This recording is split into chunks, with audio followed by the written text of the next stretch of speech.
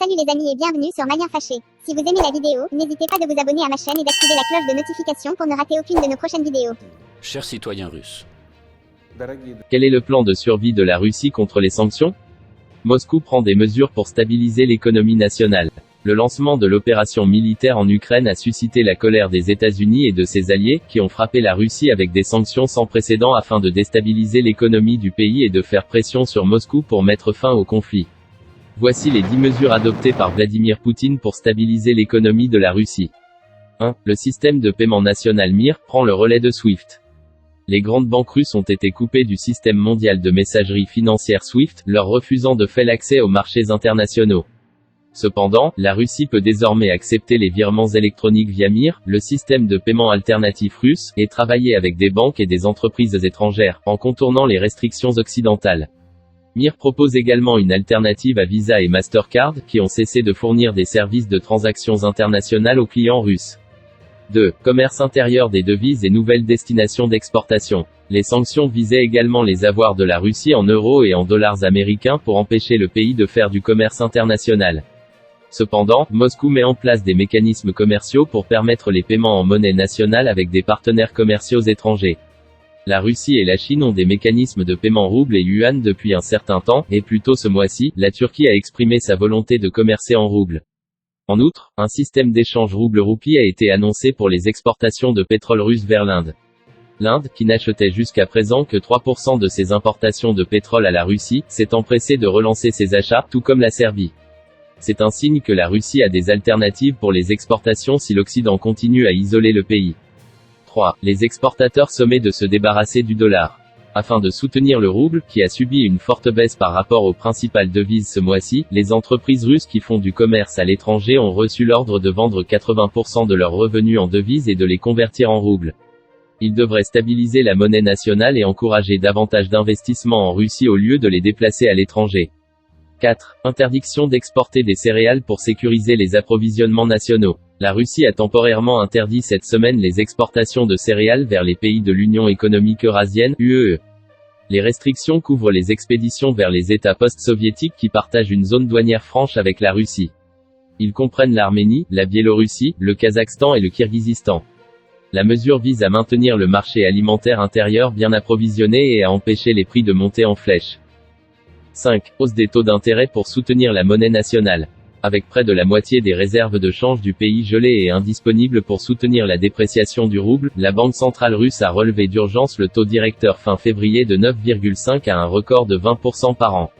Cette mesure a été prise pour compenser les risques accrus de dévaluation et d'inflation, ou simplement pour aider à maintenir la stabilité des prix et à protéger l'épargne des citoyens contre la dépréciation.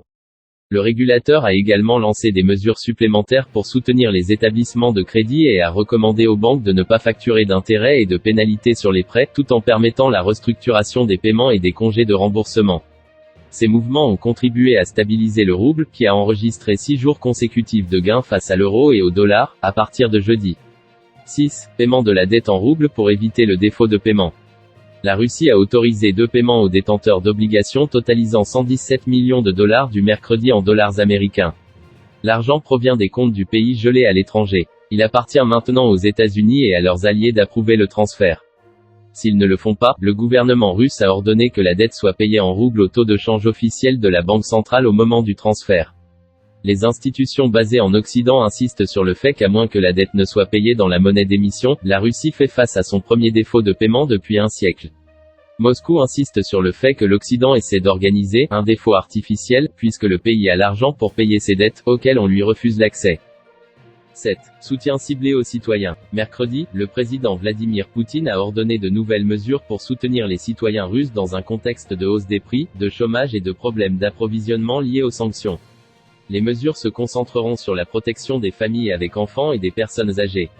Il a déclaré qu'une décision d'augmenter le salaire minimum, les salaires dans le secteur public et les avantages sociaux, y compris les retraites, sera prise dans quelques jours.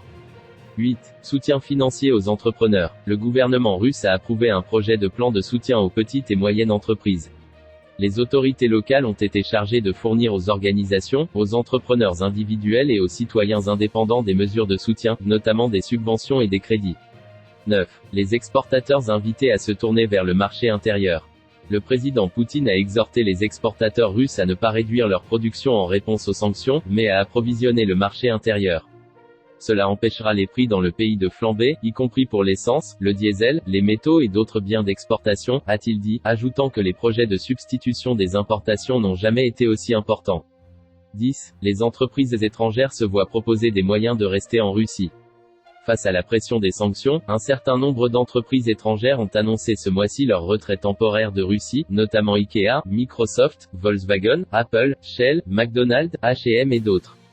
Des propositions ont été faites pour nationaliser ces entreprises afin de maintenir les entreprises en activité. Cependant, dans son discours de mercredi, le président Poutine a déclaré que la Russie respecterait la propriété privée des entreprises étrangères.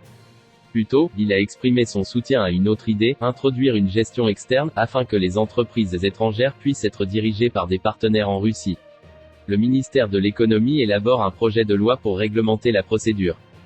Voilà, nous sommes à la fin de cette vidéo, merci de vous abonner et de mettre un like si elle vous a plu.